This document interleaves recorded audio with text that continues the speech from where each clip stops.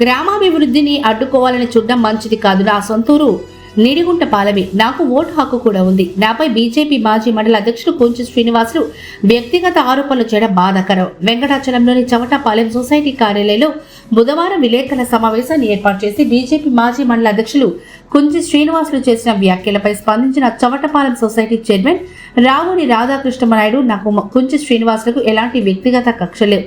శ్మశానంలో కర్మకృతుల కోసం నిర్మిస్తున్న షెల్టర్ను కట్టనివ్వకుండా దౌర్జన్యంగా అడ్డుకోవడం మంచిది కాదు.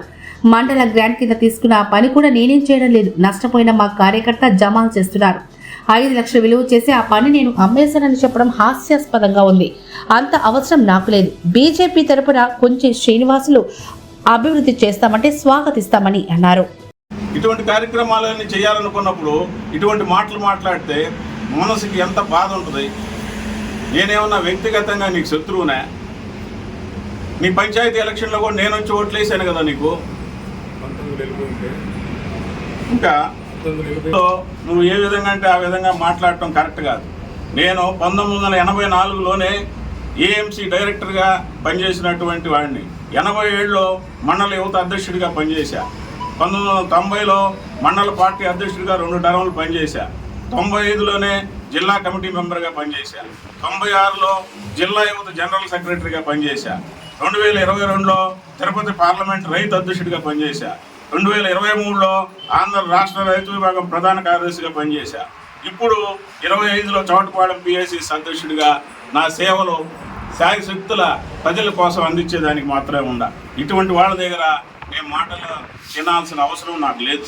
నేను నిడుగుంటపాలెంలో 27 ఎకరాలు నా పట్టా భూమిని, నా కుటుంబం భూమిని అమ్ముకున్నా. కుందులూరుపాడులో 23 ఎకరాలు అమ్ముకున్నా. ఈరోజు పోర్ట్ రోడ్లో రిఫైనరీ కూడా నా స్థలంలోనే ఉంది. 50 ఎకరాలు అమ్ముకున్నాను. ఎవరిది ఒక్క రూపాయి ఆశించలే.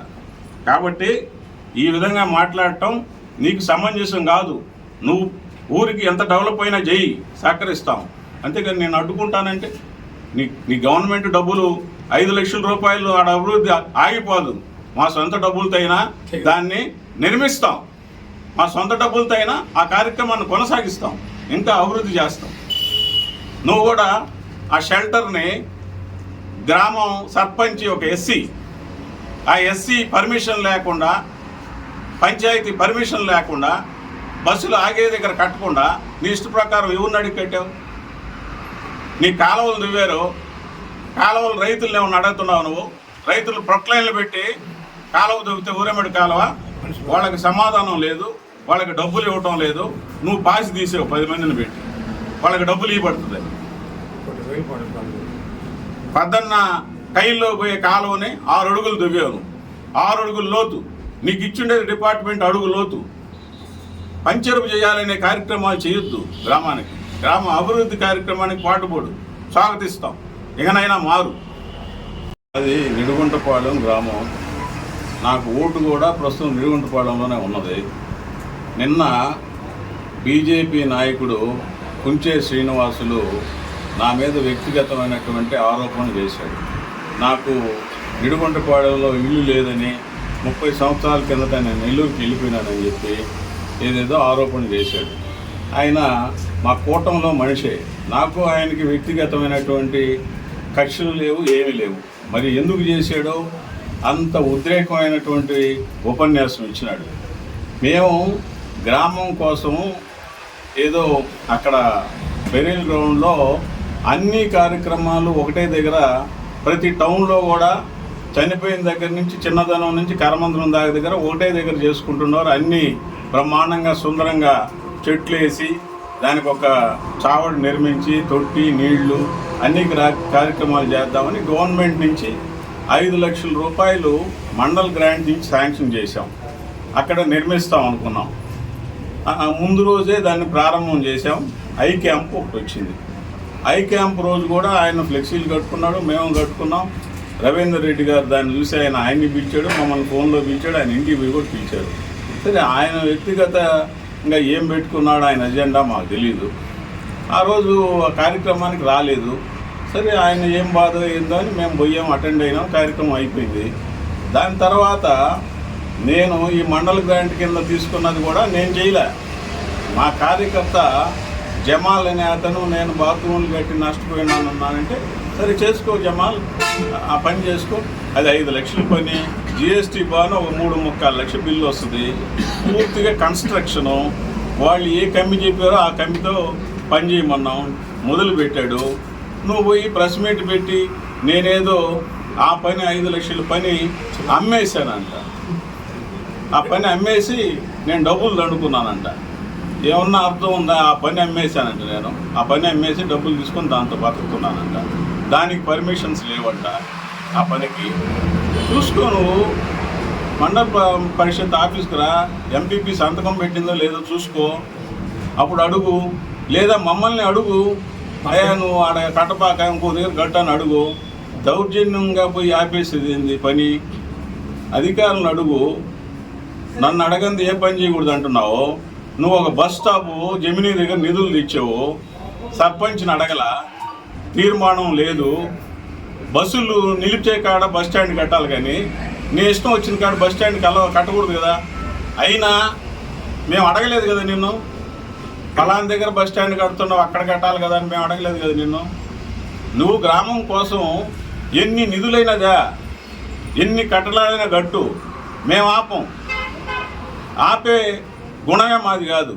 గ్రామాన్ని ఎంత అభివృద్ధి అయినా చెయ్యి, మేము స్వాగతిస్తాం. మేము అభివృద్ధి నిరోధకులం కాదు.